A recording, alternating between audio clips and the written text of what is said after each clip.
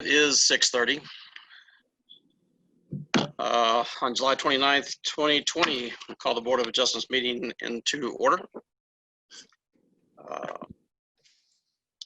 guess I need to read the top part of this too, guys. I haven't read this in a while. So as authorized by section 551071 of the Texas Government Code, this meeting may be convened into closed executive session for the purpose of seeking confidential legal advice from the city attorney on any agenda item herein.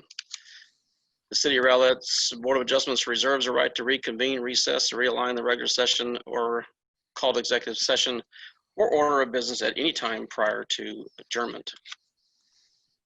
Due to the public health emergency and to conform with the social distancing requirements, the Board of Adjustments meetings will be held via teleconferencing, which we are, of course, today. And the public can view them at that very, very, very long address on there. I need to read that, do I know?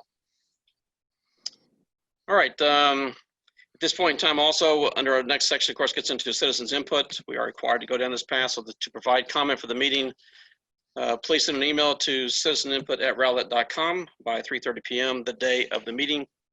Please say whether your comment is regarding a specific agenda item or a general comment to the commission. Your comment will be read into the record during the meeting. Must be within a 3-minute time period. There will be no comments taken during the meeting. Do we have any of those comments currently? We do not. Okay. Moving on, at this point, we need to consider under item 3, approval of the minutes of the Board of Adjustments meeting on March 11th, 2020. We obviously have a quorum for all that. So did you guys get a chance to take a look at that? And do you have any questions or comments about it? I do have one correction. Okay. Under present, as your name, Ken Manton, members, the spelling of my name is incorrect. There's an E at the end of the S, Lewis. L-O-U-I-S is the correct spelling. All right. Is that the only change you have? Yes, sir. All right. Is there any other changes to the previous minutes? At this point, I'll entertain a motion to approve the minutes as now amended. I'll make a motion to approve. I'll second. A motion by Lewis and seconded by Ken. All in favor? So we can raise our hands. Aye. Aye. Aye. All right. So motion. All right. Under the action items, item number 4 and 4A, conduct a public hearing and take action on a request by Myra Martinez for variances to section 77-401 and 77-603 of the Rowlett Development Code to reduce the minimum lot width from 65 feet to 50 feet and to allow direct access onto a major thoroughfare on property zoned single-family SF8 district. The 0.31 acre site is located approximately 210 feet south of the intersection of Dow Rock Road and McGuire Lane in the city of Rowlett, Dallas County, Texas. City, Tara. Thank you, Chairman Kazar and board members. And we'll have the slide up in just a second. Next slide, please, Laura. Thank you, Chairman. As you stated, yes, this is to conduct a public hearing for variances to section 77401 and section 77603 of the Rowlett Development Code to reduce the minimum lot width from 65 feet and to allow for access on a major thoroughfare for property zone SF8. And as you can see there, the site location of where the property is located to your right on the screen. And in the red is the subject property. Next slide, please, Laura. Just to provide some site data of this property, the subject property is an unplatted tract of land that measures 50 feet in width and 270 feet in depth. The square footage of the property is 13,499 square feet. It is undeveloped, and it does have an existing apron that connects onto Dow Rock Road. The surrounding land use pattern to the north, south, and west is single family residential SF8. And to the east across Dowell Rock Road is single family SF10.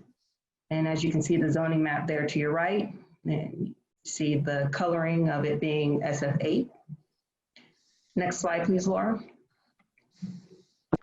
So just to provide you a little background in regards to the SF8 zoning districts and the criteria and characteristics of a SF8 zoning district, the minimum lot size is required to be 8,000 square feet. Its minimum lot depth is 65 feet with 35 feet of street frontage. Minimum lot depth is 110 feet. The setbacks for the front is a minimum of 25 feet and side is greater than 10% of lot width or a minimum of 7.5 feet. Rear is less of 20 feet or 20% of the lot depth. And the maximum lot coverage is 45%. And the minimum dwelling unit area is 1,800 square feet. And the maximum height is 35 feet or 2 stories. With this lot, the subject property that we're discussing today, it does not meet the requirement for the minimum lot width, and also it's requesting access from Dowell Rock Road. The applicant does intend to develop a single family property on this lot with access from Dowell Rock Road. Next slide, please, Laura. So our considerations that we have today for the variance from section 7401, and this is the first variance that request that we're looking at, is to reduce the minimum lot of width from 65 feet to 50 feet. Now the applicant does intend to develop the property with a 2,158 square foot single family residence on there. They have picked out a layout, as you can see to the bottom, which is in the green outline, the house that will conform to the lot setback requirements. It will not compromise any other setbacks within the SF8 standards. The only item that does not meet right now is the lot width of 50 feet. Next slide, please, Laura. So our second consideration that we have here is a variance from section 77-505 and section 77603. And this is to allow for direct access onto Dowell Rock, which at this time, Dowell Rock is a major thoroughfare, so it does not allow direct access for the property on A or B plus thoroughfare, which Dowell Rock happens to be. There is an existing apron along Dowell Rock, which the applicant intends to use when they develop this property. However, we do prefer that the access be from the rear, but it is consistent with the adjacent properties having access off of Dowell Rock. If you can see to your map on the right, you will see the different curb cuts along that property along Dowell Rock Road. Also, the applicant does have a property to the south portion of the lot, which you can see it's 2249. If the house is built there, the property will be potentially landlocked. So to mitigate for not landlocking that property to the southern portion, the applicant is proposing a 35-foot easement in the rear property to allow for the south property to have access to the unimproved Carl Lane. Next slide, please, Laura. Now, we did send out public notices within the 200 and 500-foot area. Within the 200-foot area, we did send 16. And within the 500-foot public area, we did send 51. Responses to the 200-foot legal description, legal notice, we did receive 3 in opposition. And response in the 500 courtesy area, we received 2. And as of yesterday, we did receive 2 more in the 500-foot area that are also in opposition of this, these 2 variance requests. Next slide, please, Laura. Now, staff recommends approval of the variance request to reduce the required width of 65 feet to 50 feet because it will not cause non-compliance with other development standards, and also to grant access to the site from Dowell Rock Road through the existing apron. We also do recommend this be approved with conditions, and that is to have the applicant plat a 35-foot easement to allow egress for the southern property to the unimproved right-of-way, and a turnaround drive to be provided to prevent vehicles backing out onto Dowell Rock. Next slide, please, Laura. This does conclude the presentation. We do have the applicant available for any questions you may have, and staff is also available for any questions you may have. Tara, thank you. Does anybody on the board have questions for the city right now?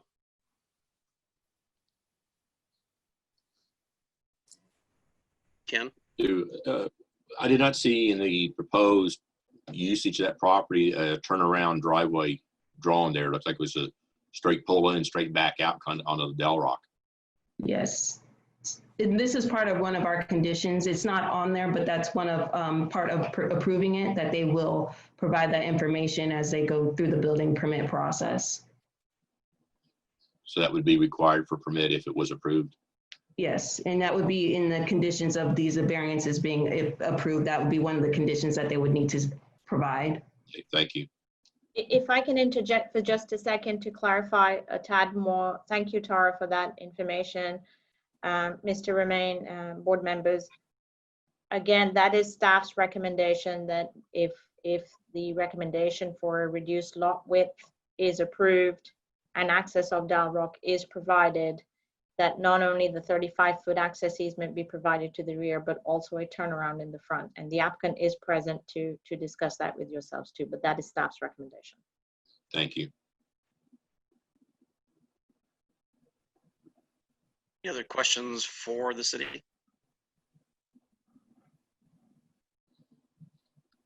All right. Seeing none, the applicant being here, of course, if you're willing to step up or a representative to step up and talk about anything you'd like to discuss about the property, then please do so. Go ahead, if you want to go ahead, Mitch, or Yes, ma'am. I'm Mitch Linneman, the design engineer with Eric Davis Engineering, and we submitted this variance application. Tara, thank you. I think you did a great job presenting the material. We can certainly provide a turnaround driveway. The current plan is a J-swing drive, so the garage is not facing Del Rock. So that provides a turnaround if parked into the garage. We could also incorporate a little additional pavement to allow for a vehicle that's not in the garage to turn around. We'd be glad to do that.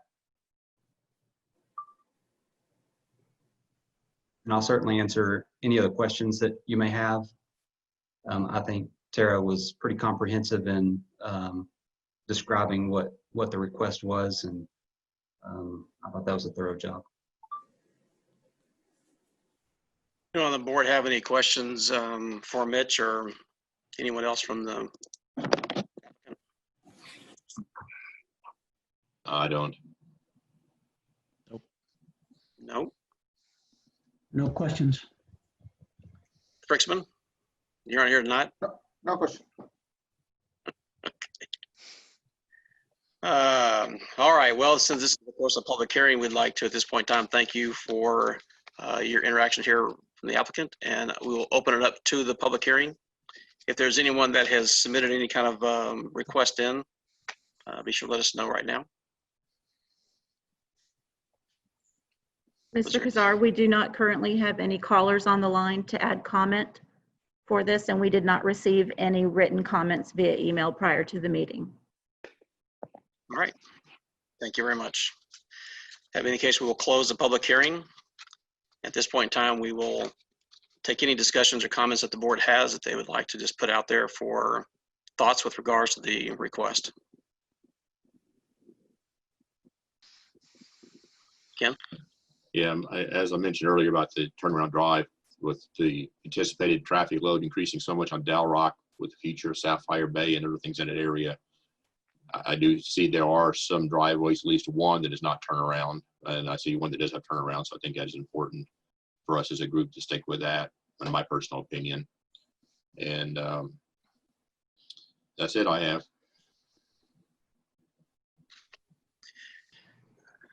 Tony, you got anything? Lewis? I'm good. I think it was very clear.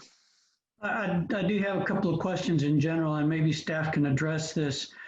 I guess the original intent of this 50-foot wide property was that it be used as a right-of-way for the location of a residential street to go from Dal Rock, going east to west and teeing into Dana. Whatever happened there? Why was that street not developed all the way through? Right now, Carl, is just a kind of a dead-end little stub out that really doesn't serve anything, right? It happened to become into private ownership of that portion of land. So it wasn't sold to the city or provided to the city. So it's private ownership of land that didn't come to fruition as through a punch through Carl Lane. Yeah, it just seems really, really bizarre because as you mentioned earlier, there's that one lot that's now kind of isolated there between Dal Rock and actually there are two lots that look like they're kind of isolated. One of them looks like just has access from an alley or indirectly off of Carl Lane, the little stub out. So what about the that little piece just to the west of this property? Is that owned by the city or is that owned privately as well, or what's that situation? This is owned by the city. But unfortunately, since the other portion is private ownership, it will not be able to punch out. That's the reason for the access easement, correct? To keep the other land from being Southern portions that have locked. access, yes. So they don't landlock them in. Correct. Yeah, I understand that. So does the city have any plans for that 50-foot by 170-foot, 73-foot, 78-foot parcel that's behind this lot? This time. It just seems very weird that this was all planned for development of a street, and that just never happened. And it's a shame that didn't happen then, because I think that would have avoided a lot of the issues we're discussing today. Liz Manal, you had something to chime in there? Yes, please. Thank you, members. Thank you, Chairperson Kazar.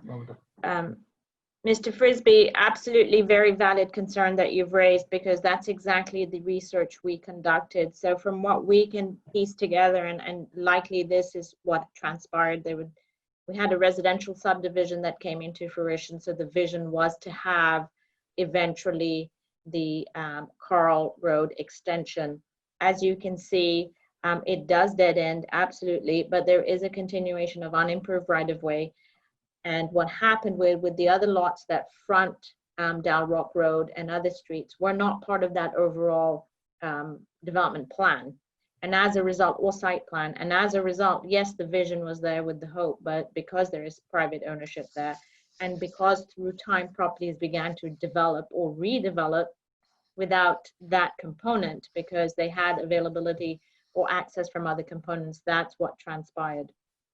As it relates to the lots adjacent to this site, I think to the south, if Tara, correct me if I'm wrong, there will be an access easement that the applicant has committed to providing that will allow them to access the future Carl Lane as well. So the other properties as well do have access. None of them are being landlocked, with the exception of this property. We want to make sure that they have access. So yes, from putting the piece of the puzzle together, we had to cut the pieces of the puzzle to make them all work together. But as properties develop and as you see build out, this is not an uncommon occurrence. On the property to the south, was there a house there originally? I see, guess the remains of an old foundation, or I see. Going back, That's a driveway or a curb inlet? going back to the history of Google Earth, reviewing it, it didn't, that southern property didn't have a house on it. It just always seemed to have a foundation on that property. Okay. And looking through the records I was not able to find a house being on that property. All right. Well, I'm fairly familiar with this area. I live not too far from there. I know that there are two very nice new houses that were developed within the last few years, just to the north and just to the south of this lot. And those are very, very nice lots. I'm certainly concerned that there are several neighbors that have voiced opposition in writing, and that's certainly something that we need to consider. Yeah, I'm always cautious to pay attention to what the complaints are. And when people talk about views they don't own that they want to protect and things, I think it's relevant for the citizens to recognize ownership that's never been there. I think as far as looking at this, a single family driveway access onto Dow Rock is certainly going to be less traffic load than the road that was originally planned here. So I think if safety of access to the Dow Rock is a concern, then I think we're going in the right direction. Also, I find it interesting that one of the complaints was from the previous owner of this property who sold it to someone else and is expressing dismay. My question to that person is, why didn't they sell it to the city so they could be used for what it was originally purposed for? So I think here we're really talking about a width of a lot issue that is fairly easy to approve of, and with the character of the homes on either side, each having access directly to Dow Rock, we're basically allowing the neighborhood to continue to exist as it has. So I don't see any stretches here that they're asking the city to do on behalf of this proposed house. Okay. I too just would have a couple of questions that I would wonder about. Obviously, with the concerns from the neighbors, one of them in there referred to a definition of if we were to approve this, that it would cause devastating harm. I'm kind of interested in what would that really entail that would cause devastating harm to their property. I can't think of any. Is there any reason that would be a factor, devastating harm? Any thoughts? No. No, and when we look at this property, if I may please, Chairperson Kazar, there are physical constraints on this property, and that's why the Board of Adjustment exists. It's to alleviate these types of hardships that we see as development occurs or build out occurs. Well, again, kind of like with what Tony said, I'm always kind of concerned as well on some of these properties. So I'm just kind of curious what that would have been. And you're right, that's what we're here for.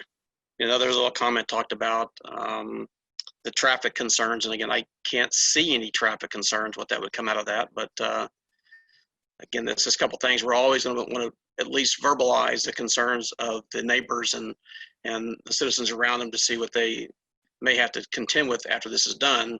Mm-hmm. But again, I can't really find any real, I don't know, intent here that would be causing devastating harm or traffic problems. So that's just, again, a thought. If you have nothing, I can't tell that we have anything anyway, but just a couple of comments. There's most of you guys ordered everything else that I wanted to know, so. I mean, the permitting process is still going to hold the house to the form-based codes as far as materiality and all those things that any other home would be required to follow. Is that correct? Yeah, this one's in the Rowlett Development Code. So the Rowlett Development Code standards, yes, that's correct. It should also be noted too in there that there was another discussion about the size of the house, and though it would be kind of a little smaller compared to the north and south, but all those that are behind it, really they're pretty conforming with the rest of them. A couple thousand square feet, 2,500. So, All right. Any more questions from the board? Not for me. At this time, I would, of course, entertain a motion.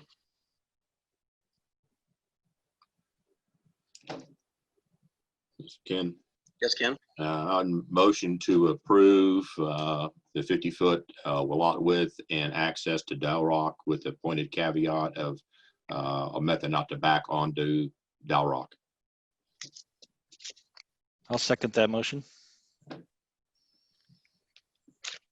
Any other comments from the board? I just have one for Manal and them. Are we able to do all of the requests you have at one time in one motion? We good with that? Yes, we're good with that. Okay. So we have a motion and a second, and no other discussion at this point in time. I guess we'll call a vote. We have 5 members on the board, so at this point in time, if you'd raise your hand, say aye for all opposed and in favor of, excuse me. Aye. I in favor. All opposed? Fricksman, are you voting? Yeah, I'm in support. You're in support. That's 4 in favor and 1 opposed, which of course does classify as the majority. At this point in time, the motion carries and your request is approved. Thank you. At this point in time, I have nothing else on the agenda, so the meeting is adjourned. Thank you so much, guys. Thank you. Y'all have a good day. Be safe. Thank y'all. Good seeing you.